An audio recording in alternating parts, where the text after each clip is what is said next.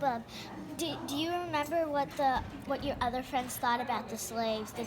Were they against slavery or were they like for slavery? Were they what? Like against slavery or for slavery? No. Or are you talking about slavery or segregation? Segregation. Segregation. Yeah. Sorry. Your friends, the people that you knew growing up. Uh-huh.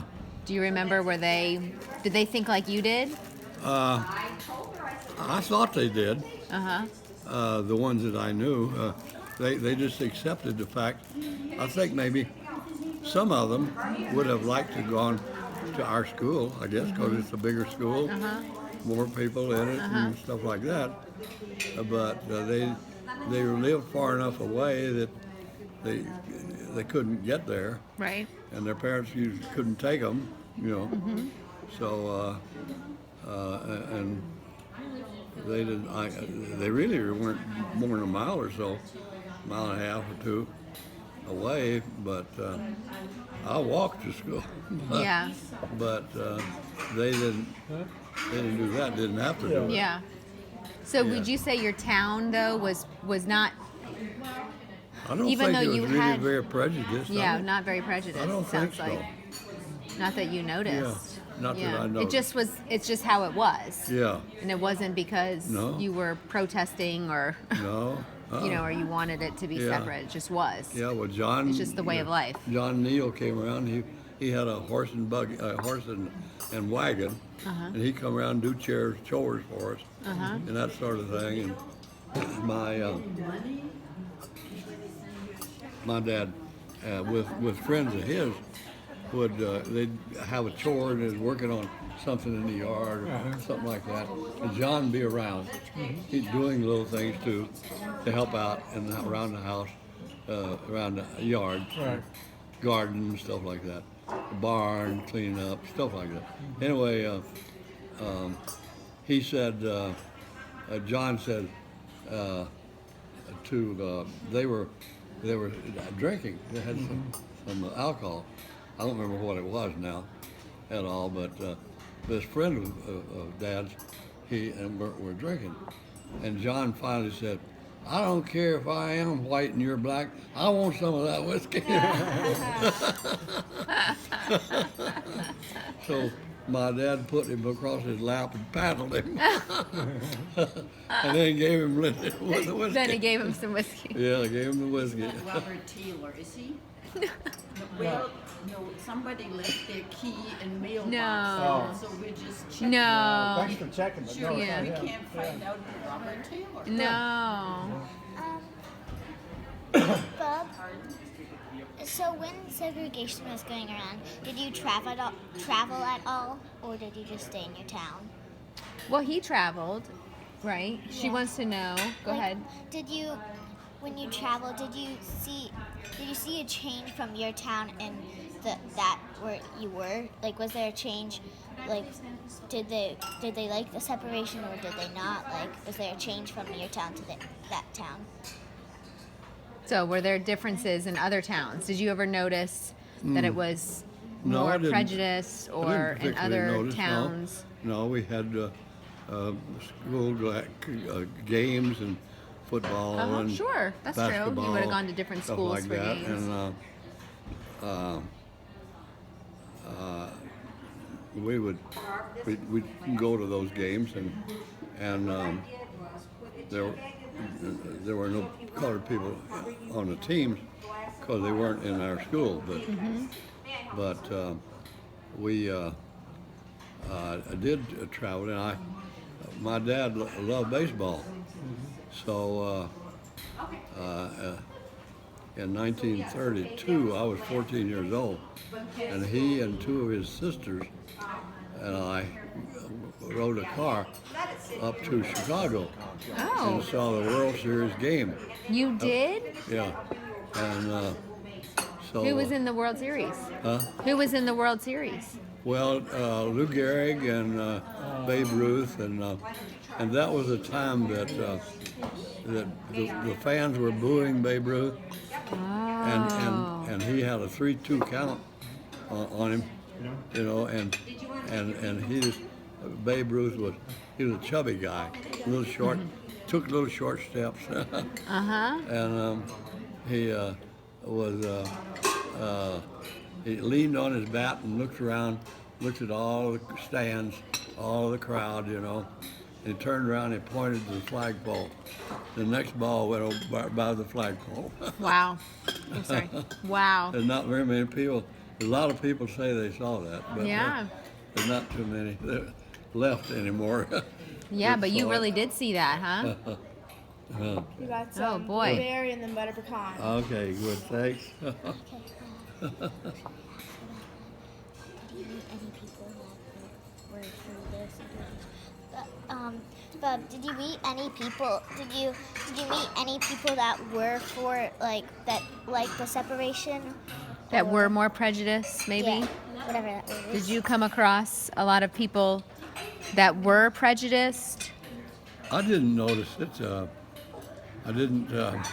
I did finally.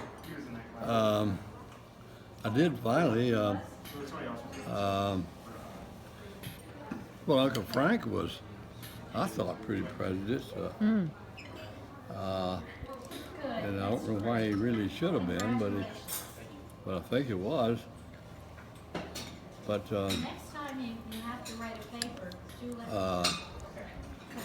and most of the people that I knew they didn't talk about anything like in a prejudiced way at all. No. It didn't seem to be a problem. I didn't notice it until I got out of high school. Oh, until you got out of high school. Yeah, So you pretty much made it your whole childhood yeah, without really, no, not it really being a big issue. yeah, no, it wasn't. Interesting. Now, what about you, Dad? You were the one in school during when the Brown versus Board of Education came down. Right, I was in the 3rd grade. Yeah. So that's when the buses showed up on the school I went to. And so you remember that? Yeah, I know. I remember watching the buses arrive, and kids get off, and all I remember thinking was, "My gosh, where have these guys been?" I haven't seen Yeah. them. So it wasn't like More people to play with. Yeah, it wasn't like why are they here at all? Now, were there any protests at your Not in my school? town. And not in my town either. Yeah. Now you were in Cape Girardeau, Missouri. Right, Dad? There weren't any protests. Do you remember any Protests protests? didn't come until the 60s. Matter of fact, Yeah, this Paul Banks that I talked about became an activist,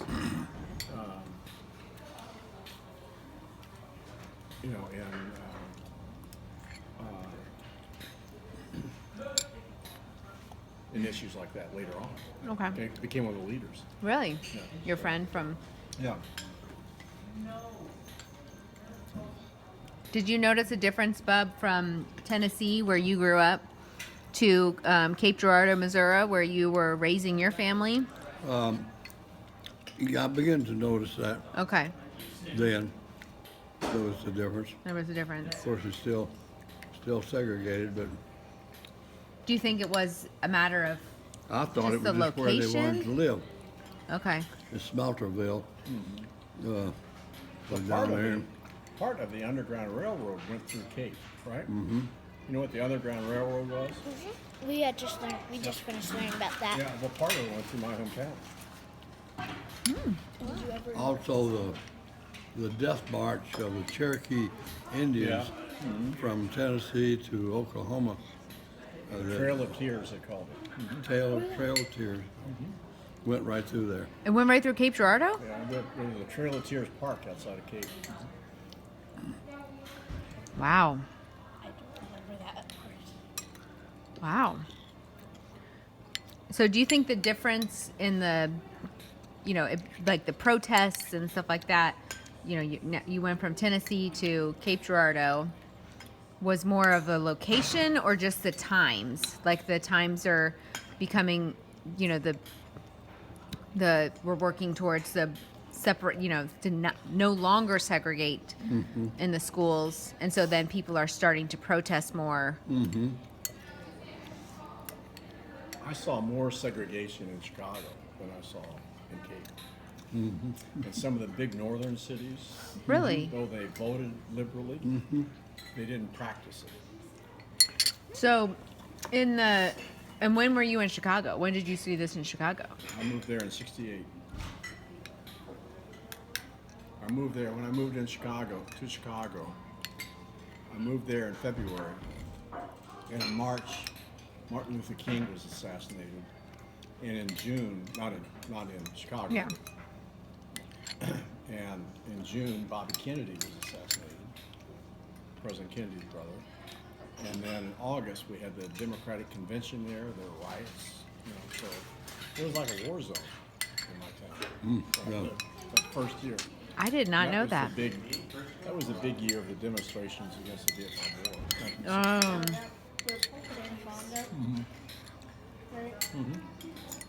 That's so interesting.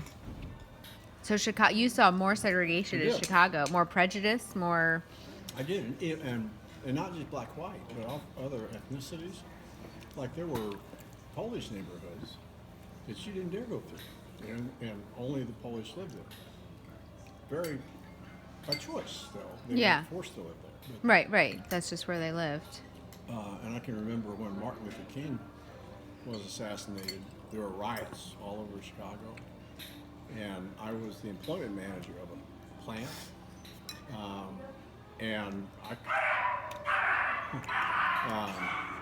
Dogfight. I was having to try to call cabs to get the people, because the buses weren't running, to get the people in my plant home. And cabs were refused to go through certain neighborhoods. I stayed there basically all night trying to help the people who work. Because I was in charge of HR, trying to get people home During the riots. during the first night of the riots. Human resources. In your generation, it became then an issue. Yes. All during your generation. In my generation, it wasn't an issue. It just, we just didn't think it was a problem. We didn't know any better. We thought.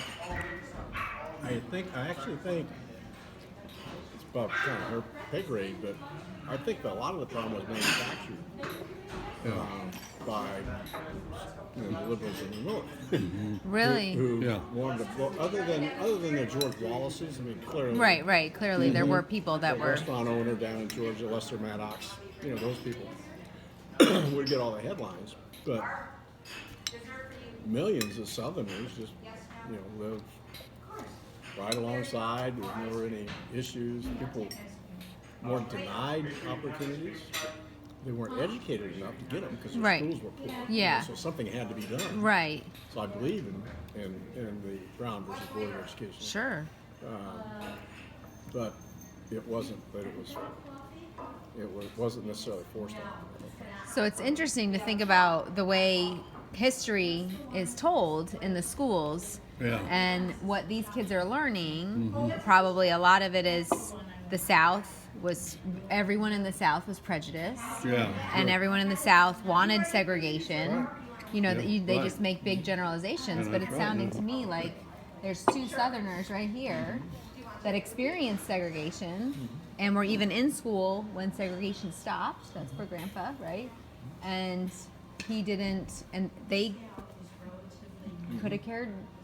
I mean, they wondered why they were segregated. Is that what you're learning? Or are you in your books or from Mrs. Scott, are you learning about that? Do you know what I mean by generalizations? Meaning, like, does it surprise you that Bub and his town, I mean, I don't know. like, he certainly didn't avoid anyone of color? Yeah, kind of, because we learned that the South is like the South doesn't like blacks, and the North is like fine with it. So when you see Aunt Cindy, so we had in Kate, she was about your age, younger. We had a woman who came to clean our house, Ruth Browning, and Cindy used to spend the weekends with her. She'd go over and stay in their house. Yeah. Sleep over, right, Dad? Yeah. You weren't looking for a babysitter. She just did that because Yeah. she has a bunch of kids, and so she'd play with the kids. Yeah. So it sounds like it really depended on the town And the people. and the people in that town. But it sounds like certainly where Bub and Grandpa grew up, segregation was just a part of life. It just was how it was done. And then when it stopped, there weren't any problems. Okay, what's your other question? So, Bob, did you ever hear about how the African Americans had to take tests to vote, like these silly tests to be able to vote? Did you ever hear of that? Like a literacy test or No, I to be don't able to think- vote? There was at one time you had to own property to be able to vote. That was the case one time. Then later it got they got away from that, and then they put a tax on it. It just had a poll tax, what they call a poll tax. And if you paid a poll tax, you could vote. And it wasn't segregated with anybody. Like, I think at one time, maybe there was no way that the colored people could qualify, because they just couldn't. They didn't have enough money, or they didn't have. Sure, they couldn't pay it. Well, they did have property because they owned those little cabins that someone lived in. So Bob, I just got a question from Cindy. So somebody at the restaurant wants to know if Uncle Frank flew P-47s. He flew P-38s, right? P-38. And what was his squadron? It was a famous squadron, right? It was a 14th Fighter Group, a 49th Squadron It was, okay, 14th. Which of the streets Fighter Group they have a thing of on? a 49th. 49 or 49? 48. He's thinking 48 or 49. Emma might know. She just wrote a paper. I think it was 49. 49th? I think it was. That sounds right. Yeah. Because I think he said that in his interview. Yeah. That could be wrong. Yeah, I couldn't believe how